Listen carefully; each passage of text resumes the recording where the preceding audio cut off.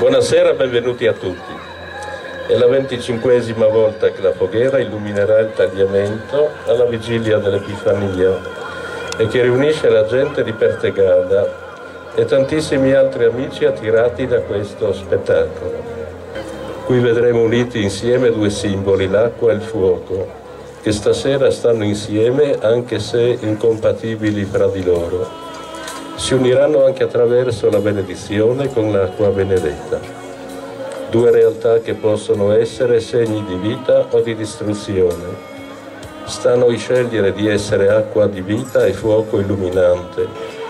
Questa sera la viviamo così grazie all'impegno, alla bravura degli amici della Foghera, volontari che dedicano il loro tempo libero all'organizzazione della manifestazione e che quindi ringraziamo di cuore. E ricordiamo l'antico proverbio: se il fum al vassoreli yevad, c'ha pensa che va al marcià. Se il fum al vassoreli amon, c'ha pensa che va al mont. Benedire ora la Foghera perché i due elementi, acqua e fuoco, stiano insieme per distruggere il male e far rinascere il bene.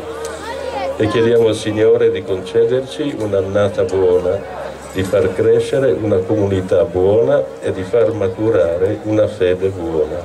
Signore Dio, che ci hai dato il tuo Figlio Gesù, splendore e fiamma viva del tuo Santo Spirito, fa scendere la tua benedizione sul fuoco perché illumini e comunichi a tutti la forza del tuo Spirito. Fa che diventiamo portatori di luce e di vita per vincere le suggestioni del male e diventiamo costruttori di un mondo rinnovato nel tuo amore.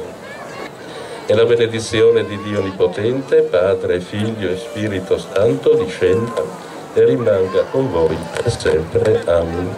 E buona serata.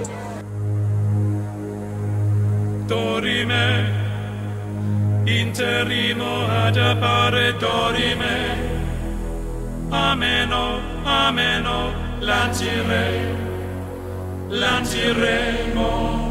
dorime.